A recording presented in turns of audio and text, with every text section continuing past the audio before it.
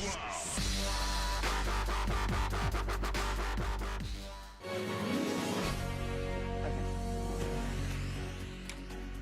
very welcome back to the programme. Well, yesterday, the Irish Heart Foundation held its 4th annual Stroke Awards, and I'm joined now by Alan Gleeson, who won the Young Persons Bravery Award, and by Dr. Ronan Collins from the Heart Foundation's Stroke Council. Thank you both very much indeed for coming in to us this morning. First off, many congratulations on the award. Thanks.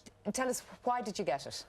Basically, when I was 8 years old, it was 2 weeks before my 8th birthday, I had a stroke. I was playing with my twin sister, I'm a twin, and we were basically jumping from bed to bed, just messing around, and I just collapsed all of a sudden. Fell in between the middle of the bed for the first, so we got rushed, we went to Blessing, would be the nearest kind of doctor closest to me, after he didn't know what the story was, he didn't know what was happening, so he rushed us on then to Tala Hospital, where they didn't have a clue either. And were you unconscious, or you just collapsed, or you were conscious? I remember absolutely, it's kind of the way I remember absolutely everything. I remember when I fell, even, like we were only 7, 8, I remember my sister, I had a really bad headache, and I remember my sister was shouting for headache tablets, that kind of thing, so we were only like tiny, like, but I remember going in the car, I was kind of falling asleep. I remember my mum just kept telling me to stay awake and all that, but when we got up there, they took brilliant care. There was doctors, there was like a whole staff of people there waiting for me, and they took really good care then. And has it affected you? Yeah, when I first got home, I was in a wheelchair. They didn't know if I was going to walk or anything like that. Now, so I can walk now, but from the wrist down, I have no movement whatsoever. Now I can move my arm and all. On your left side? On my left side, yeah. Now I can move my arm and all, but from the wrist down, I have no function. I can kind of maybe close my hand a little bit, but you've done a huge amount of work on the rest of your body to get out of a wheelchair and back walking, so that's what the award was for. Well, that's what it was. It's basically been 13 years of just unbelievable physio, going physio nearly every second day. Every day at home I was doing physio, and then going up to different, Enable Ireland was one that took, I was part of them. They done unbelievable work. And are you still doing that? Now, because when I turned 18, I was, you know, Enable Ireland would be mainly children based, so I left them, and I was I'm linked in with the CRC, a bit with the NRH, and but you're still doing as much physio and work on your...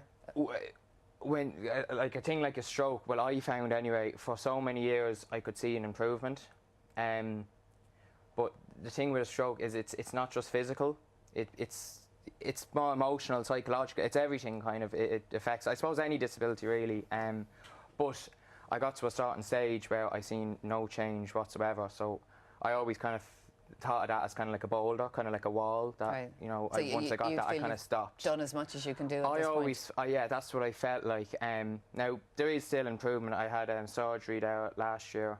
My hand was kind of clawing in a bit, so that's fixed. But as far as movement now, I still have to do a bit of physio for my shoulders to keep it moving and stuff. But as far as my hand, that's kind of as far as I've been told that I'll be able to go, unless something changes, you know. Yeah. Well, listen, congratulations again on the award. Thanks very much. Ronan, if I could bring you in, I mean, you don't think of 8-year-olds having strokes. It affects people right across the age groups, does it? Yeah, absolutely. I mean, first of all, I think, you know, a stroke does affect all age groups. It's not very common in childhood, but about 6 per 100,000 children will get a stroke annually. So that would be the instance in children. So you do see it? Oh, yes, we do see it. And, you know, again, if you think of stroke as essentially the brain is at the end of a circulatory system involving a pump, your heart, which pumps blood through a series of pipes to your brain. Anything that's wrong with either the pump, the pipes, or indeed the blood flowing through those pipes can result in, if you like, an interruption to the blood supply to the brain. And that, in essence, is what causes a stroke, either by clotting or blocking off the blood supply, or that blood vessel rupturing. And that essentially is what causes the stroke. So it interrupts the blood supply to an area of the brain. And so does that mean strokes affect people in many, many different ways, depending many on different where ways. you're And I think one of the challenges we've been having in terms of getting stroke, if you like, awareness increased amongst the general public, is that it's hard to explain all the different causes of stroke. And certainly in the Irish Heart Foundation, when it comes to stroke, we've had a sustained campaign over the last number of years to put stroke firmly on the media agenda and in the public awareness, because it does have devastating consequences. We do, it is our leading cause of acquired adult disability, it is our third leading cause of death in Ireland, and yet we've had a relative agnosia publicly to what stroke is and what are the causes of stroke and what we must do. And what to do when somebody's having a stroke. Yeah. I mean, it is one of the conditions where if you respond fast, you'll get a better outcome, is Absolutely, absolutely. And as you certainly will have seen the success of the FAST campaign, and on the ground as physicians treating stroke, we would have noticed a big difference in people. For example, in Alan's case, you can imagine at 8 years of age, if you saw... It's the last thing you think of. The last thing you think of. If you saw the FAST campaign, and we would have had several patients, maybe a little older than Alan, they would never really have thought they were having a stroke, but they remembered the symptoms and said, hang on a second, my wife, my partner, my child might be having a stroke. And in many cases, they were correct.